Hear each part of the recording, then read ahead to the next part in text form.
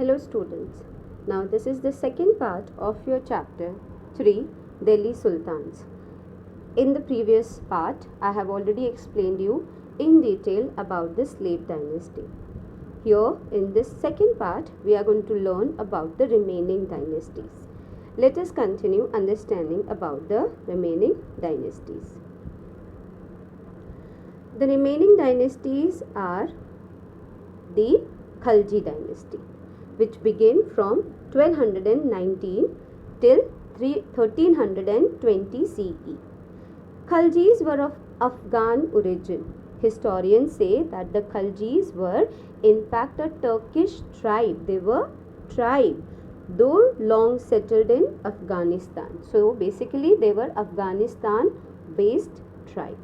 Firoz Shah, an establisher, took the name of Jalaluddin on ascending the throne. He was 70 years old when he became the Sultan of Khalji dynasty in Delhi.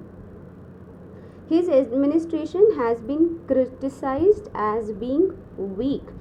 You can understand it that he was very old to take any mature decision.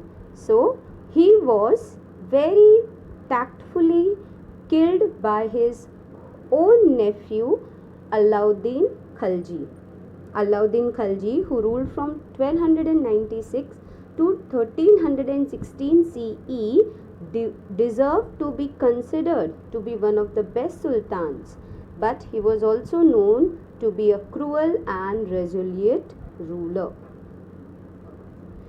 Then comes the Tughlaq dynasty.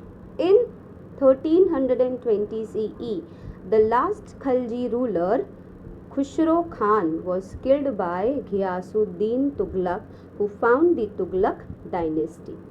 He was succeeded by his son Muhammad bin Tughlaq, the most famous ruler of this dynasty. He was a capable commander and an administrator and a good scholar too.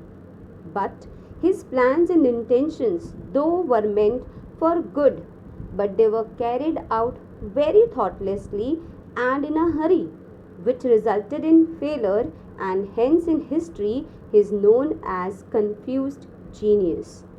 Let us understand this through the case study between the Alauddin Khalji and Muhammad bin Tughlaq.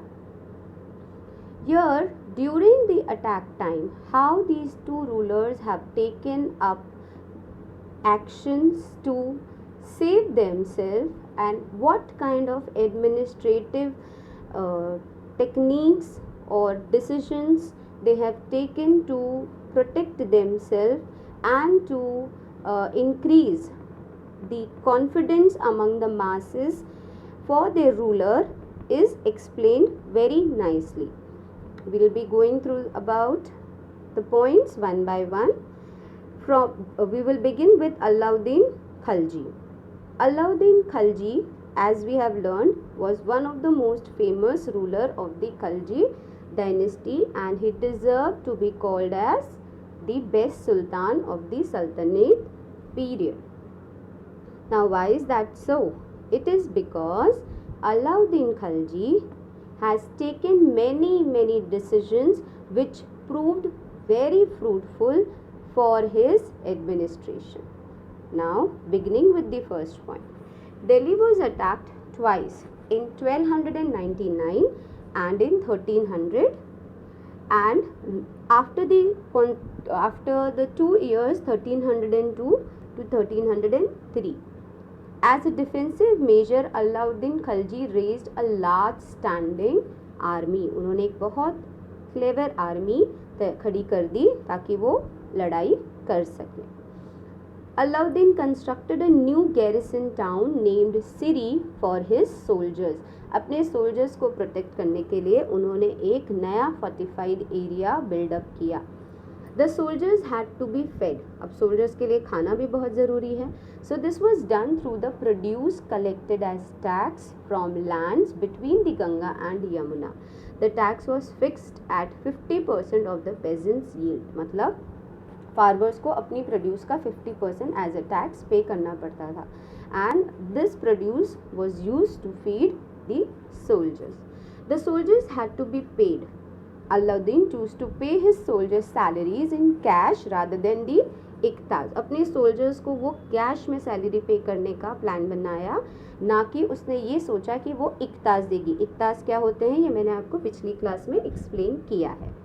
The soldiers would buy their supplies from the merchants in Delhi, and it was thus feared that merchants would raise their prices.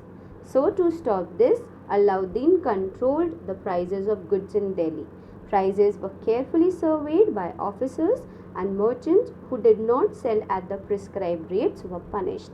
The soldiers should not be cheated out in the market during the time of crisis. तो merchants को regularly check किया जाता था कि वो किसी भी high rates में कोई भी प्रोडक्ट्स ना बेचें.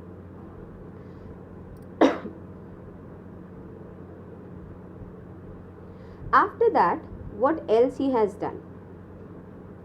Alauddin's administrative measures were quite successful, and chroniclers praised his reign for its cheap prices and efficient supplies of goods in the market. He successfully withstood the threat of Mongol invasions. बहुत successfully उन्होंने Mongol के invasions को रोका भी. उसके साथ साथ उन्होंने प्राइस कंट्रोल भी किया, and he has managed the efficient supply of the goods in the market. So these are his very successful points, whereby he has seen that the market is also checked, the soldiers are also paid well on time without any difficulties, and on top of that they are even protected from the attackers. Now let us see the decisions taken by the Muhammad bin Tughlaq in this same situation. The Sultanate was attacked in the early years of Muhammad Tughlaq's reign. Muhammad Tughlaq ने जैसे ही rule करना शुरू किया, उसकी शुरुआत में ही उन्हें Mongols का अटैक फेस करना पड़ा. The Mongol army was defeated. Muhammad Tughlaq was very confident about the strength of his army and his resources to plan an attack on Transonia. He therefore raised a large standing army. अब उसने over confidence में आकर ट्रांसोनिया पे attack करने का plan बनाया. Rather than constructing a new garrison town, the oldest of the four cities of Delhi, Delhi-e-Kunha, was emptied for its resident and the soldiers garrisoned there. The resident of the old city was sent to new capital of Daulatabad in the south. Now this is a very important point to understand. एक नया fort बनाने के बदले उन्होंने दिल्ली के ही एक पुराने किले को खाली करवाया जिसका नाम है दिल्ली-ए-कुन्हा, और वहाँ पे रहने वाले लोगों को दौलताबाद शिफ्ट किया. दौलताबाद साउथ में है. आप समझ सकते हैं कि दिल्ली से साउथ के तक शिफ्ट करने में लोगों को कितनी दिक्कत उठानी पड़ी होगी. और साथ ही साथ ये पुराना किला है, इस पर हम ज़्यादा भरोसा नहीं कर सकते हैं, पर फिर भी उन्होंने ये डिसीजन ले लिया.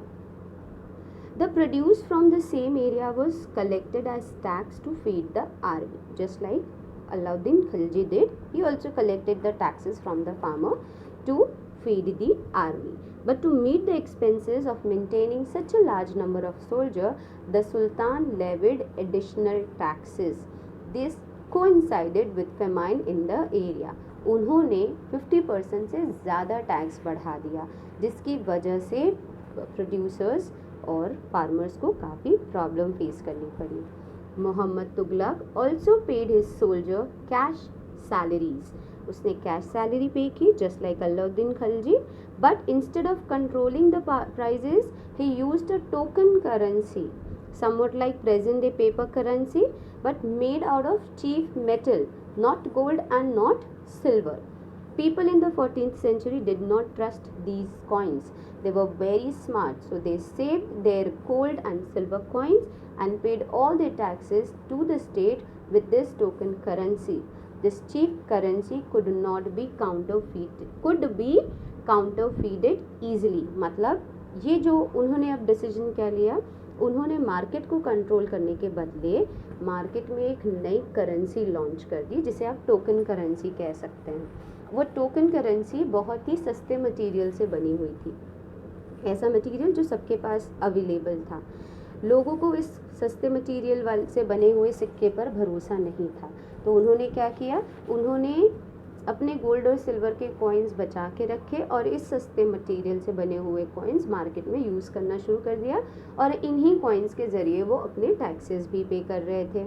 और साथ ही साथ लोगों ने इन कॉइन्स के डुप्लीकेट्स भी बनाने शुरू कर दिए। अब आप समझ सकते हैं कि इन कॉइन्स के अगर डुप्लीकेट्स पे हो रहे हैं तो मतलब फेक करेंसी यूज़ हो रही है मार्केट में, विच इज़ नॉट करेक्ट। तो टैक्सेस में जब वही पैसा आपके पास आएगा जिसकी कोई वैल्यू नहीं होगी। सो अल्टीमेटली उनका ये डिसीजन भी काफ़ी अनफ्रूटफुल प्रूव हुआ। साथ ही साथ Mohammad Tughlaq administrative measures were a failure. His campaign into Kashmir was a disaster. He tried to capture Kashmir but वो फेल हो गए. He then gave up his plan to invade Tanzania and disband his large army.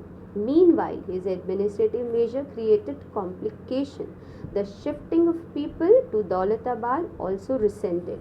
The raising of taxes and famine in the Ganga-Yamuna belt led to widespread rebellion, and finally the token currency had to be recalled. So all decision what he has taken during all this period were failure to his life, and that's why we call him a failure of the dynasty.